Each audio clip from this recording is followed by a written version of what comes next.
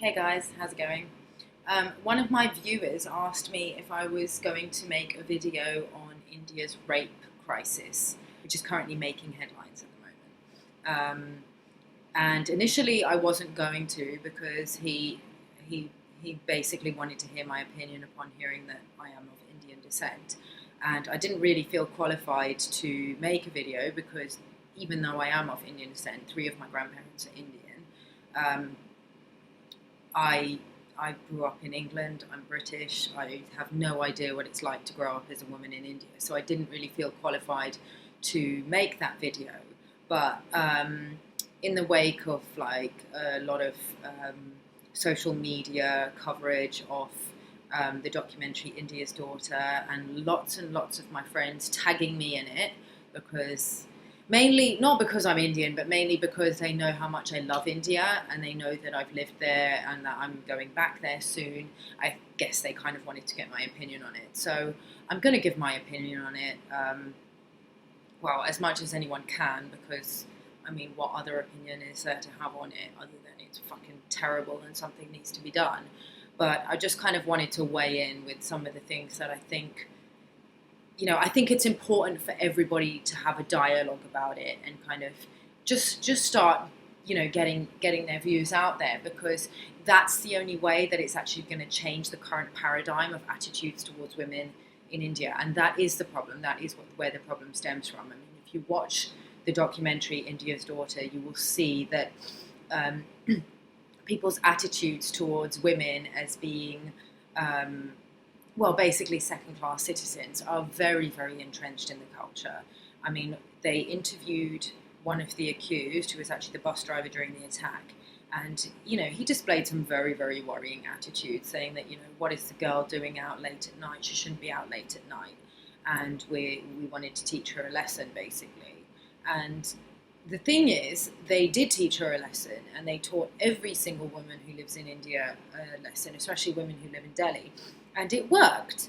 It fucking worked. And I'm pissed off about it. I lived in Delhi for about 5 weeks when I was shooting for a catalogue client there. Literally round the corner from the cinema, which Jyoti Singh and her friend had gone to prior to the attack. And we knew not to go out late at night. In Bombay, where I lived for most of the time that I was there, absolutely fine. I would wear shorts and go and catch a rickshaw by myself late at night. And generally, as long as I lived in the suburbs in Bandra, which is kind of like the cool neighborhood.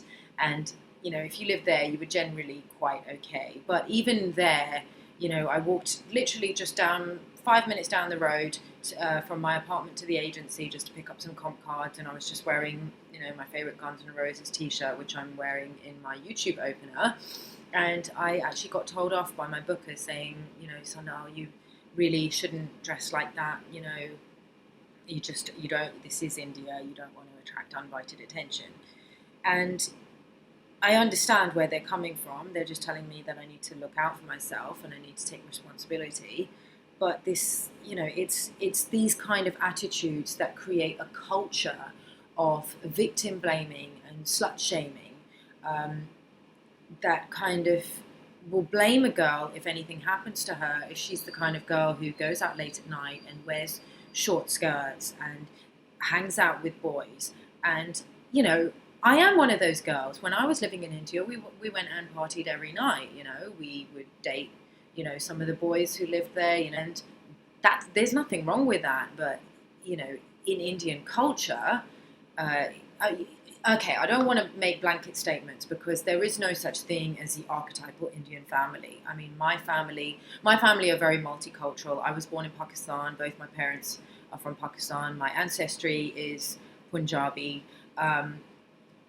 But we're not a typical Pakistani family. I don't even know what that looks like because every single family I meet who is Indian or Pakistani is different, and they all have different attitudes. But when you're talking about societal values, there are certain themes that will keep on coming up. So if you watch the documentary, there are certain attitudes that are displayed, such as the fact that families will more likely celebrate the birth of a boy rather than the birth of a girl, because the girl is seen as a financial burden, because of all sorts of reasons. That, because when she gets married, they have to put up a very big dowry for her wedding. A boy is also able to financially support his family. Just all these things, but they all kind of perpetuate each other, because boys are kind of given more financial investment into their education and their futures, and so that's what makes them more employable and thus better able to support their families, and things like this. Now, it's interesting that Jyoti Singh and her family were very liberal in their attitudes.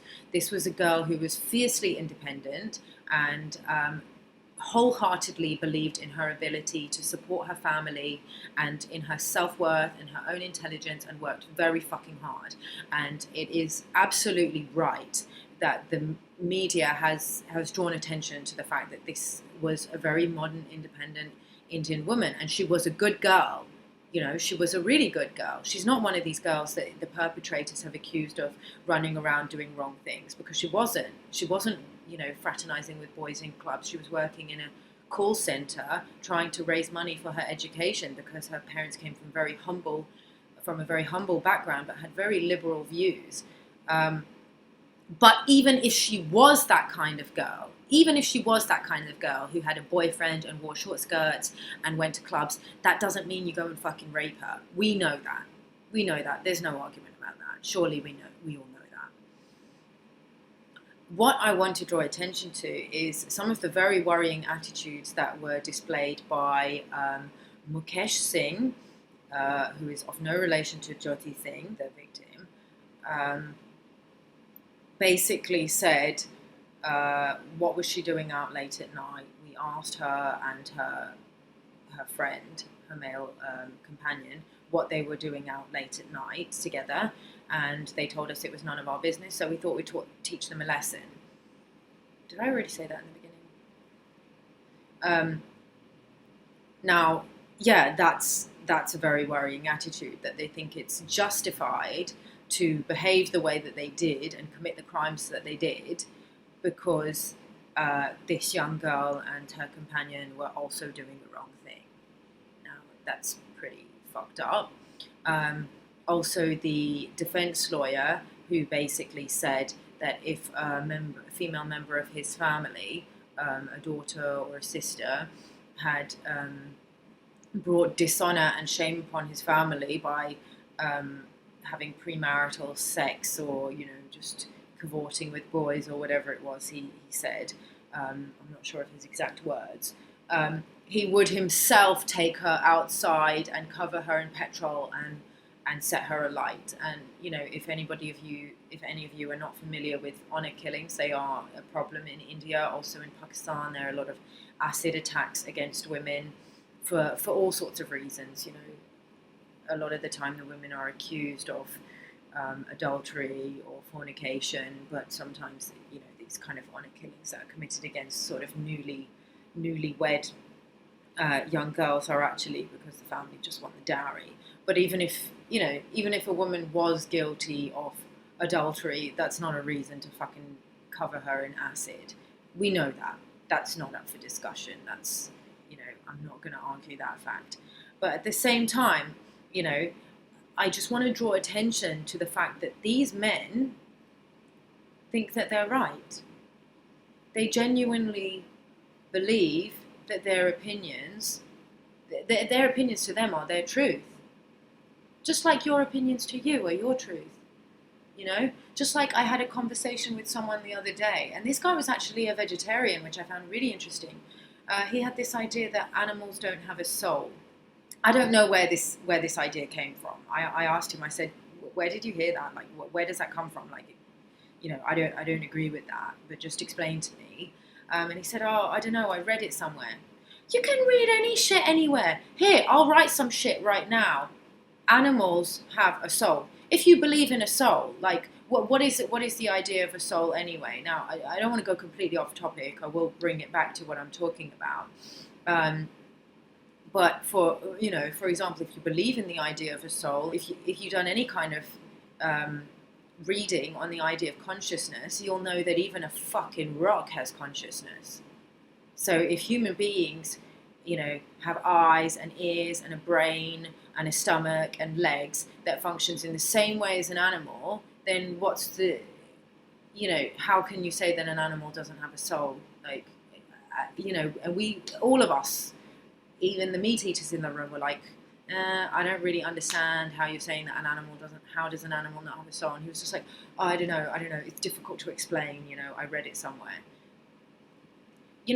People have all kinds of attitudes that come from brainwashing. It's not even a lack of education, because if even the defense lawyer has this attitude, he's obviously been educated in universities and got his kind of law degree or whatever it is that he needs to get to practice law. If even he is displaying these kind of attitudes where he's saying that he would basically set one of his own family members alight for bringing dishonor on his family, it's not education that's the problem, it's the wrong kind of education. So people are being brainwashed to believe certain things that allow them to behave in certain ways. So, for example, in the Western world, we're brainwashed to believe that animals don't have souls, that they're inferior to us. Most people watching this video, because I blog so much about, raw till and veganism, we know that a vegan diet is the best diet for your health. We know that a vegan diet is the best diet if you want to have a positive impact on the environment. And we know that a vegan diet is the most compassionate if you give a shit about animals, okay? And if you get into a discussion with a meat eater and not a sort of violent, angry debate, most of them will eventually concede this. The ones that don't, generally because they don't want to listen to what you have to say. But if they actually let you say everything that you need to say, most people will actually concede. Their only justification is that meat tastes good and that, people just ain't going to stop eating meat. That's their justification. And the fact that we are more powerful than animals and we are more intelligent than animals, although that's also up for debate because animals have certain powers that we don't have. So the fact that we can do something means that we should and that it's okay. And this is exactly the same attitude that is displayed by these men in India. The fact that they are more powerful than women and they can rape them, so it's okay for them to rape, and women should know that if you go out late at night and you do the kind of things that are going to attract unwanted attention, it's your fault. It's your fucking fault. Don't wear that t-shirt, Sundar. You don't want to attract uninvited attention. I can only really talk about my own experience, which is quite limited because I lived in Bombay, which is one of the more progressive cities for kind of women's safety and women's rights. And I only lived in India for 9 months. But, for example, my Ukrainian housemate told me that in her previous building, she was told by the building society that she was not allowed to use the swimming pool there. She was allowed to use the gym, that was fine, but she was not allowed to use the swimming pool. God forbid she scandalize the men in the building with her sexual body wearing a bikini. It's almost like a crime to be young and attractive and female. And this is one of the things that I noticed upon coming to Thailand, because, when you're walking around, wearing whatever clothes that you're wearing, looking nice, you do attract attention, and men here in Thailand will stare, maybe not as much as in India. In India, they really stare a lot. But in Thailand, you'll walk past a motorbike station with all the motor taxi guys, and they'll kind of, give you a little like cheeky little grin, or, they'll start saying things in Thai, and it's all very cheeky, it's all very playful. Some of the girls find it intimidating, but because I'm used to India, I'm kind of okay with it. The stares that you get from the men in India are hostile, and they almost seem to say, who do you think you are walking around looking like that, inciting my arousal? Like it's your fault. It's your fucking fault. These men don't really believe that they're in the wrong, because the societal view of women in India is that they need to protect themselves. They need to take responsibility. and they need to not walk around looking attractive and attracting attention and being all independent and talk to boys and wear short skirts and all these other kind of victim blaming, slut shaming mentalities, which have no place in our modern society, in my opinion. And of course, I'm entitled to my own opinion as much as anybody else is, but you know, there are certain opinions that need to change because they are actually hurting society. Just being in a country where you don't feel safe to travel outside of the city, as I did when I was living in Bombay. In Thailand, I can just get a train and go by myself to Chiang Mai or Kanchanaburi or, all these other places across Thailand. In India, I didn't feel safe to do that. I didn't travel anywhere outside of Bombay without a companion, without a friend or something like that. When women basically have less access and less right to use the spaces in which they inhabit, like the cities that they live in, that's a problem. That's something that needs to change. Not, the rape problem aside, it's just, it permeates every single aspect of women's day-to-day lives. I'm not saying that my booker was wrong to tell me off that time. If she hadn't told me, then I could have carried on wearing that. Something bad could have happened, and then that's obviously really bad for me. It's really bad for the agency. Could be really bad for India if it was a really terrible thing that happened. At the end of the day, she's just trying to keep me safe. But the fact that she needs to is a huge problem. And I think the only way that it's going to change is by the entire culture and attitudes towards women changing. It's not something that's going to happen overnight. Just like people are trying to educate each other about, diet and animal welfare and environmental issues and spread the vegan message, we also need to spread the same message, concerning women's rights and feminism. And it's going to take all of us to change these attitudes piece by piece. The more and more you come into contact with people, and it's mainly going to happen in India, of course, like, for example, one time I was walking down the street and a 10-year-old kid is kind of begging me to give him, 10 rupees, which I didn't have on me. And I kept on telling him to go away because I didn't have 10 rupees. Generally, it's not a good idea to give them money anyway because they work for the mafia, but I genuinely didn't have any money. And I was wearing a short skirt, and when I told him to go away and leave me alone and I don't have any money, he thought it was okay to stroke the back of my leg. He groped me, basically. A 10-year-old child. Now, it's in all these kind of little situations that we have an opportunity to change attitudes in every single situation. Like, for example, at the family table, sometimes they'll give the girls, for example, less milk than the boy, or they'll feed the boy first, or they'll give him more food. Little attitudes, these tiny little things that not only erode the woman's self-esteem, but send the message out to the boys that women are second-class citizens and that they need to be protected, and that if they are out late at night, then it's okay to rape them. So it's going to take everybody working together, and it's that's why I think it's so important for everybody to kind of share their opinions on the subject and to start a dialogue on it, not just within India, but outside of India as well, because this problem is not exclusive to India. So it's going to take everybody to solve it. Anyway, I'm sorry that this video has gone on for so long. It's a very, very complex issue, and I don't think that you can really cover everything in the space of about 20 minutes. So I just wanted to chime in with my own views. Yes, there are some residual thought patterns that are creating problems for women who live in India. But it's a very, very densely populated country. I think number one or number two. So just as there are, men and women as well causing problems for the average woman in India, there are just as many people who are trying to bring in the new and have, perfectly reasonable views about women's place in society, and many people who are just wonderful, loving human beings. That's why I love the country so much, because if you don't understand why I love India so much, click the link in the description below.